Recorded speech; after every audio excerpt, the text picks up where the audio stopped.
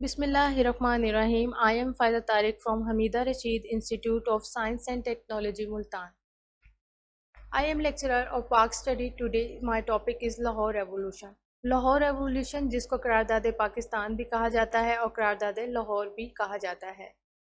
آج کے لیکچر میں اسی بارے میں بات کریں گے کہ اس قرارداد کی ضرورت کیسے محسوس ہوئی اور اس کے کیا نتائج نکلے بعد میں.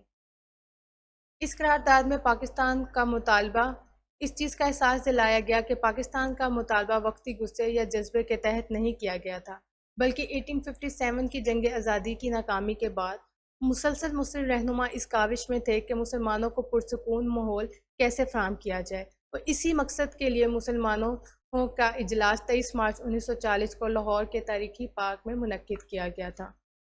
اس قرارداد میں مسلمانوں کی خود مختاری کے بارے میں بات کی گئی تھی اور مسلمانوں کو ہر صوبہ میں خود مختار بنانے کے لیے اتحادی جماعت بنانے کے لیے کوشش کی گئی تھی. اس قرارداد نے مسلمانوں کو یہ سوچنے پر اور ریاست کو یہ سوچنے پر مجبور کیا تھا کہ مسلمان ایک الگ جو ہے وہ اپنی حیثیت رکھتے ہیں اور ان کے الگ نظریات ہیں. اسی مقصد کے اصول کے لیے مولوی فضل الحق نے بھی بہت محنت کی تھی اور Quaid Azam presented over the 27th annual section of All India Muslim League held in Minto Park in Lahore.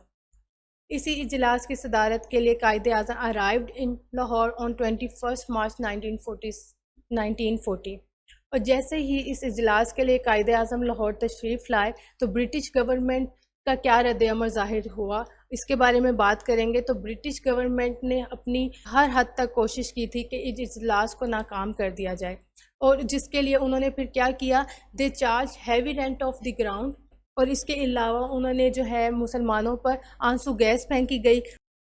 اور جیسے ہی اس اجلاس کی صدارت قائد اعظم نے شروع کی تو سب سے پہلے قائد اعظم نے اس چیز کی طرف توجہ دلائی کہ قائد اعظم نے کہا کہ مسلمان ایک الگ قوم ہے اور اپنا الگ سماجی ثقافتی نظریات رکھتے ہیں، اور جو انہوں نے مین پوائنٹ ہائی لائٹ کیے تھے ان میں سب سے پہلے ہی said no scheme other than partition can be accepted. After the partition the right of Muslim minority will be protected. The Muslim majority area of North East and North West are established as independent Muslim states. In point میں واضح طور پہ اس چیز کا ہمیں پتہ لگ جاتا ہے کہ ہم اس اجلاس کا جو مین مقصد تھا کہ پارٹیشن کے علاوہ کوئی اور جو ہے وہ چیز جو ہے وہ نہیں ایکسیپٹیبل.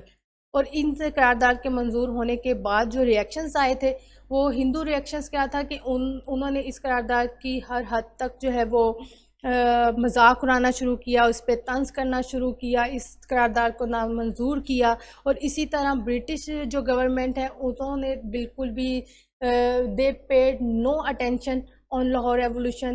لیکن مسلم جو ہیں وہ بہت خوش تھے اس قرارداد کے منظور ہونے کے بعد. یہ قرارداد ایک تقریباً مسلسل مسلمانوں کی جدوجہد کے بعد 7 سال بعد جو ہے مسلمانوں کو الگ ریاست دی، ایک اپنا ہوم لینڈ دیا، جس کی وجہ سے مسلمان تو اس قرارداد کے بعد بہت خوش تھے. That is why we can say this revolution was the height of the struggle. This was the first decisive step toward the achievement of separate homeland. And thank you so much for listening. Please subscribe and like and kindly comments. اگر آپ کو مزید کے بارے میں information چاہیے تو kindly comments. Thank you so much.